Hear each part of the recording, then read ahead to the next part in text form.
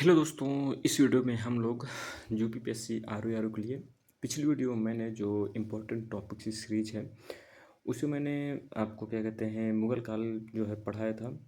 उसके जो important facts हैं और टॉपिक्स जो महत्वपूर्ण हो सकते हैं, तो उसमें हम लोगों ने बाबर को देखा था। बाबर के बाद हमने हुमायूं को देखा और उसके बाद जो कुछ समय के लिए शेरशाह सूरी बनता है उसके बारे में देखते हैं। अब हम इस वीडियो में अकबर के बारे में देखेंगे, जो कि बड़ा ही प्रभावशाली शासक था मुग़ल काल में और काफ़ी महत्वपूर्ण क्वेश्चन थे जो कि इससे बनते हैं। सामान्यतः इसने कौन कौन सी विजय प्राप्त की थी और जो इम्पोर्टेंट काम किए हैं उन्हें भी हम देखेंगे। तो देखिए, ये शासन करता है 1556 से 1605 के मध्य में। सबसे ज़्यादा औरंगजेब है जो कि मुग़ल काल में शासन करता है, उसके बाद अकबर है। ये चीज़ आपको ध्यान देना है। तो देखिए, 1542 में वही हमीदा बानो बेगम जी के गर्भ से अकबर जन्म लेता है और महाराजा जो भरमल होते हैं उन्हीं के यहाँ, ठीक है। हुमायूं जो है शरणार्थी की दशा में है, जो कि भटक रहा था। और अकबर का जो बचपन है ये चाचा अस्करी और कमरान के यहाँ बीतता है। देखिए, अकबर जो है काफ़ी अशिक्षित था, यानी वो पढ़ाई लिखाई नहीं कर पाया था। और 1551 में ही मात्र 9 वर्ष की आयु में ही अकबर को हुमायूं ने जो है मुनीम खां के संरक्षण में है, जो कि गजनी का गवर्नर है, जो कि नियुक्त कर दिया था। 1555 में हुमायूं ने उसे अकबर लाहौर का गवर्नर है जो कि बना दिया। हुमायूं की मृत्यु के बाद बैरम खां जो है, इन्होंने कलनौर यानी गुरदासपुर पंजाब में 14 फरवरी 1556 को अकबर का राज्याभिषेक है जो कि कर देते हैं। लेकिन इनके समय में जो प्रमुखतः शासन चलाता था वो बैरम खां थे, यानी एक प्रकार बैरम खां की देखरेख में ही अकबर का राज्याभिषेक है जो कि होता है। ये चीज़ भी आपको ध्यान देना है। बैरम खां को अकबर सहित गजनी भाग जाने की सलाह दी जाती है, लेकिन जो है बैरम खां और अकबर ने मुगल सेना सहित दिल्ली की ओर कूच है जो कि कर दिया था। ये चीज़ आपको ध्यान देना है। अब देखिए, पानीपत का द्वितीय युद्ध जो होता है 1556 में, काफ़ी महत्वपूर्ण है। 5 नवंबर 1556 में होता है और ये अकबर और हेमू के मध्य होता है। और इसमें अकबर की तरफ से उनका जो वकील या संरक्षक कह सकते हैं बैरम खां है जो कि लड़ता है, और मोहम्मद आदिल शाह सूर का वजीर और सेनापति जो हेमू होता है, इनके मध्य युद्ध होता है। यहाँ पर देखिए, हेमू जो है काफ़ी ज़्यादा इस युद्ध में प्रभावशाली रहता है, लेकिन क्या कहते हैं, दुर्भाग्यवश हेमू की आंख में तीर लग जाता है और उसकी सेना में भगदड़ मच जाती है कि हमारा शासक, हमारा सेनापति मारा गया। अकबर की विजय हुई इसी कारण से और मुगल वंश की पुनः स्थापना है जो कि यहाँ पर हो जाती है। इसके बाद देखिए, महत्वपूर्ण क्या है, सिकंदर सूरी का आक्रमण होता है। जो सिकंदर सूरी पर ये आक्रमण करता कौन, अकबर करता है।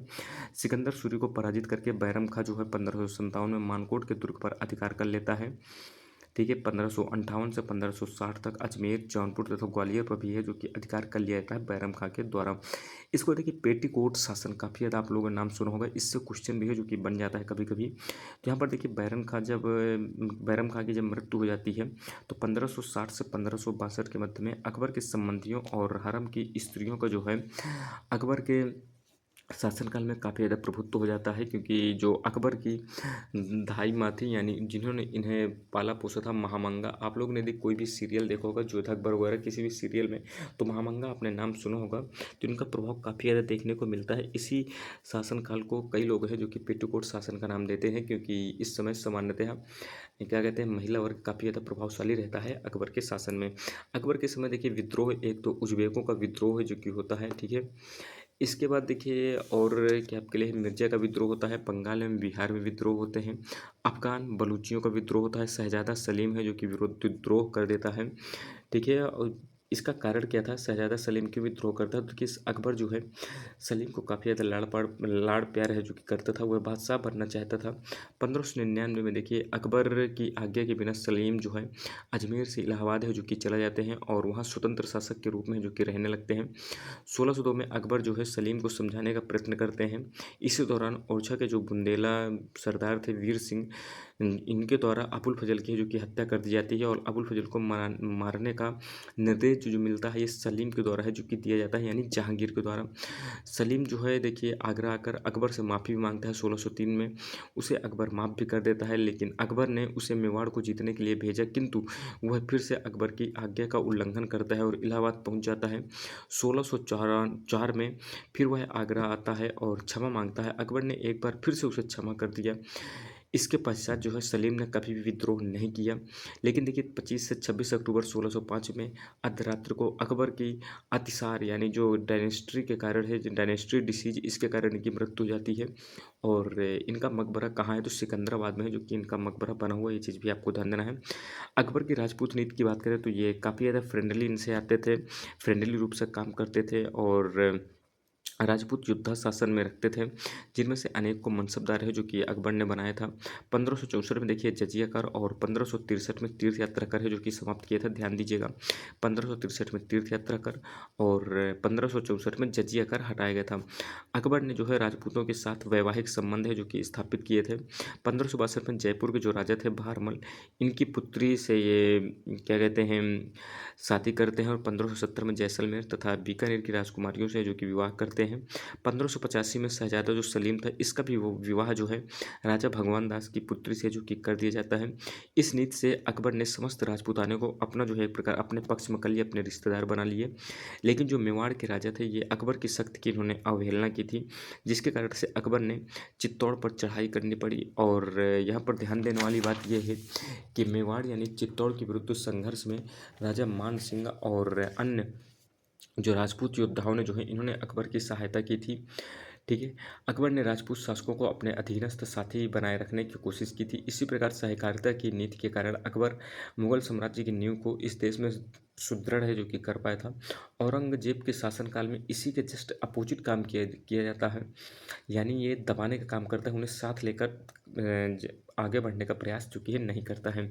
बाबर ने अपनी तुर्की भाषा में जो बाबरनामा लिखी है, इसमें कि देखिए केवल 5 मुस्लिम शासकों का जो है उल्लेख किया है और 2 हिंदू शासकों का है जो कि उल्लेख किया है। 5 मुस्लिम शासकों में देखिए दिल्ली, बंगाल, मालवा, गुजरात और बहमनी के राज्य थे, बहमनी के शासक थे। और 2 जो हिंदू शासक थे वो कौन कौन से, तो एक तो मेवाड़ के शासक थे और दूसरे विजयनगर के कृष्णदेव राय। ठीक है, पानीपत विजय से पूर्व बाबर जो है भारत पर 4 बार आक्रमण है जो कि कर चुका था।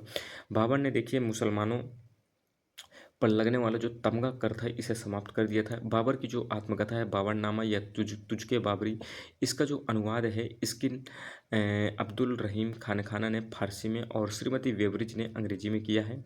बाबर ने एक काव्य संग्रह भी लिखा था तुर्की भाषा में, क्या है तो दीवान, ये चीज़ भी ध्यान दीजिएगा।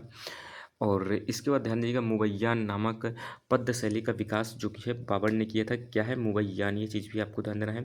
बाबर ने रिसाले उजस और या तो इसे खत बाबरी की रचना है जो कि कही जाती है, इन्होंने की थी। लेनपुल ने देखिए हुमायूं की मौत पर टिप्पणी की थी कि हुमायूं जीवन भर लड़खड़ाता रहा और लड़खड़ाते ही लड़खड़ा कर ही ये मर जाता है। ठीक है, क्योंकि ये लाइब्रेरी से गिर जाता है। हुमायूं जो है ज्योतिष में काफ़ी ज़्यादा विश्वास रखता था, जिसके कारण से यह सप्ताह के 7 दिन अलग अलग रंग के कपड़े जो कि पहनता था।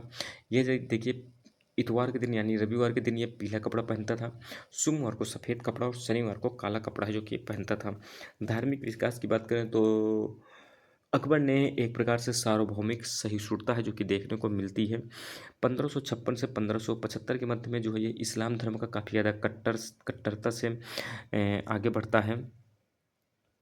लेकिन देखिए आगे जो है जो दूसरा समय आता है ना, द्वितीय काल, ये आप देख सकते हैं 1575 से 1582 में काफ़ी ज़्यादा ये सहिष्णु हो गया था। अकबर का यह काल काफ़ी ज़्यादा क्रांतिकारी था। यहाँ पर देखिए दीन इलाही धर्म और इबादत खाने की स्थापना करता है। 1582 में इसने जो है दीन इलाही को राजकीय धर्म है जो कि घोषित कर देता है। इबादत खाने में पहले जो है केवल मुसलमान लोग हैं जो कि भाग लेते थे, लेकिन बाद में इबादत खाने को सभी धर्मों के लिए है जो कि खोल दिया जाता है। इससे होता क्या है कि अकबर के अंदर भी आत्मचिंतन बढ़ता है और अन्य धर्मों के प्रति ये सहिष्णु होता है। और ये जो है प्रत्येक शुक्रवार को यहाँ पर देखिए मांस खाना है जो कि ये छोड़ देता है प्रत्येक शुक्रवार को। पशु बलि और मुल्ला और मौलवियाँ जो होती हैं इन पर नियंत्रण रखने का प्रयास है जो कि किया जाता है। यहाँ पर देखिए इबादत खाने में भाग लेने वाले विद्वान की बात करें तो देखिए मुस्लिम विद्वान में मुल्ला अब्दुल नबी थे और हिंदू विद्वान में पुरुषोत्तम और देवी थे। जैन विद्वान इंपॉर्टेंट है, हरविजय सूर्य और जिनचंद्र सूर्य ध्यान दीजिएगा इंपॉर्टेंट है। इसके बाद देखिए ये ईयर जरूर ध्यान दीजिएगा, दास प्रथा का अंत 1562 में होता है। हरमदल से मुक्ति 1562। तीर्थ यात्रा जो समाप्त की जाती है, तीर्थ यात्रा में जो कर लगता है 1563 में। जजिया कर को समाप्त किया जाता है 1564 में। फतेहपुर सीकरी की स्थापना की जाती है 1571 में। और आगरा से फतेहपुर सीकरी जो कैपिटल है ये स्थानांतरित की जाती है 1571 में ही। इसके बाद देखिए इबादत खाना 1575 में स्थापना होती है। और इबादत खाने को सभी धर्मों के लिए खोलना कब किया जाता है तो 1578 में। मजहर की स्थापना 1579 में होती है। और दीन इलाही की स्थापना होती है 1582 में। और ये एक इलाही सनवत भी इस्टेब्लिश करते हैं 1583 में। ठीक है, ये चीज़ आपको ध्यान देना। अकबर की विजय की बात करें तो दिल्ली पर विजय प्राप्त करता है 1556 में। इसके बाद मालवा में 1561 में। चुनार 1561। राजस्थान के देखिए प्रमुख राज्य हैं जैसे आमेर, वहाँ के शासक भारमल थी, इसे 1562 में अपने साथ मिलाते हैं। इसको देखिए मेवाड़ जो उदय सिंह और राणा प्रताप सिंह जी से संबंधित था, महाराणा प्रताप जी से संबंधित, तो ये 1568 में से करते हैं। और 1576 में जो है हल्दी घाटी के युद्ध के माध्यम से मेवाड़ को अपने शासन में मिलाते हैं। रणथंभौर देखिए सूरजन रायहाड़ा के अंतर्गत था, इसे 1569 में मिला लेते हैं। कालिंजर जो है रामचंद्र के अंतर्गत में था, इसे भी 1569 में मिला लिया जाता है मुगल में ही। इसके बाद गुजरात जो है 1571-72 में जीतते हैं। और गुजरात विजय के बाद ही है जो कि ये फतेहपुर सीकरी में आपके फतेहपुर सीकरी का निर्माण है जो कि करते हैं। ये चीज़ भी आपको ध्यान देना है। कंधार को ये 1595 में है जो कि जीत लेते हैं। तृतीय काल की बात करें तो 1582 से 1605 में। इसमें देखिए दीन इलाही से काफ़ी ज़्यादा प्रभावित हो गए थे। और यहाँ पर देखिए इस्लाम धर्म के प्रति इनकी निष्ठा जो है कम हो जाती है। बदायूंयों का एक कथन है, इसमें कहा जाता है कि इस काल में अकबर ने कई इस्लाम विरोधी कार्य है जो कि किए थे। और ये सही प्रतीत नहीं होता है क्योंकि सहिष्णुता के युग में अकबर द्वारा किसी धर्म विरोधी कार्य किए जाना नहीं था। तो ये यहाँ पर काफ़ी ज़्यादा कॉन्ट्रडिक्टिव बात देखने को मिलती है कि अकबर जो है इस्लाम धर्म के विरोध में था, लेकिन सहिष्णुता का मतलब होता है सभी धर्मों को लेकर चलना, ना कि अपने धर्म का अपमान करना। यहाँ पर देखिए 1529 में बंगाल के जो शासक थे नुसरत शाह को पराजित करने के बाद जो शेर खां यानी शेरशाह सूरी था, इसने हजरत आला की उपाधि जो कि धारण की थी। ठीक है, 400 का युद्ध जो होता है इसी के बाद है जो कि इसने शेर खां ने शेरशाह की उपाधि है जो कि धारण की थी और अपने नाम का खुतबा पढ़वाया था और सिक्का भी है जो कि चलाया था। ठीक है, और यहाँ पर देखिए दीन इलाही की बात करें तो 1582 में अकबर ने सभी धर्मों के लिए दीन इलाही या तौहीद इलाही या तकहीद इलाही, ये तो एकेश्वरवाद यानी दैवीय एकेश्वरवाद नामक धर्म की स्थापना की थी। और हिंदुओं में केवल बीरबल ही था जिसने दीन इलाही धर्म को स्वीकार किया था। ये चीज़ भी आपको ध्यान देना है। अकबर ने देखिए स्वयं को गुरुमंत्र जो है अल्लाह अकबर खुदा है जो कि कहा था। नवदीक्षित जो व्यक्ति को यह दीक्षा मिलती थी कि पवित्र और दिव्य दृष्टि कभी त्रुटि नहीं करती है। अकबर के दरबार की बात करें तो यहाँ पर देखिए 9 रत्न थे। कौन कौन से थे? एक तो बीरबल था, टोडरमल था, तानसेन था, संगीतकार था, मुल्ला दो प्याजे था, वाक्पटुता के लिए काफ़ी ज़्यादा प्रसिद्ध थे, अब्दुल रहीम खान खाना था, बैरम खां का पुत्र था, हकीम हुमाम था, अबुल फजल था जो कि प्रसिद्ध कवि था, और वीर सिंह बुंदेला ने है जो कि इनकी मृत्यु कर दी थी। सलीम जो बेटा था अकबर का उसके निर्देश पर। राजा मान सिंह हो गए जो प्रसिद्ध राजपूत सेनानायक थे। फैजी हो गए, ये साहित्यकार थे। और उन्होंने देखिए अबुल फजल का एक बड़ा भाई था। और गणित की प्रसिद्ध जो पुस्तक है लीलावती, इसका जो है इन्होंने फारसी में अनुवाद है जो कि किया था। इसको देखिए अकबर ने सभी धर्मों के प्रति सहिष्णुता की भावना रखी थी और उसने आगरा और लाहौर में ईसाइयों को गिरजाघर बनाने की अनुमति है जो कि दी थी। इसने सूफी मत के चिश्ती संप्रदाय को आश्रय भी जो कि दिया था। अकबर ने जो देखिए जैन आचार्य जो थे हरिविजय सूरी को जगत गुरु की उपाधि है जो कि दी थी। और इसके अलावा जो जिनचंद्र सूरी थे इन्हें जो है युग प्रधान की उपाधि है जो कि दी थी। अकबर का सबसे अधिक प्रभाव जो पड़ता है किस धर्म का पड़ता है इन पर, तो हिंदू धर्म का प्रभाव जो कि देखने को मिलता है। ठीक है, अब देखिए यहाँ पर जहांगीर के बारे में देख लेते हैं तो 1605 से 1627 के मध्य में रहता है। इसको हम अगली वीडियो में देख लेते हैं क्योंकि ज़्यादा लंबी वीडियो हो जाएगी तो आपको भी देखने में दिक्कत होगी, तो हम जहांगीर को जो है अगले वीडियो में कवर कर लेंगे। ठीक है, तो अकबर से संबंधित जो इंपॉर्टेंट तथ्य थे उन्हें हमने देख लिया है। बाकी आपको कोई भी कन्फ्यूजन हो तो उसे आप कमेंट बॉक्स में पूछ सकते हैं। मिलते हैं अगली वीडियो में, तब तक धन्यवाद, जय हिंद।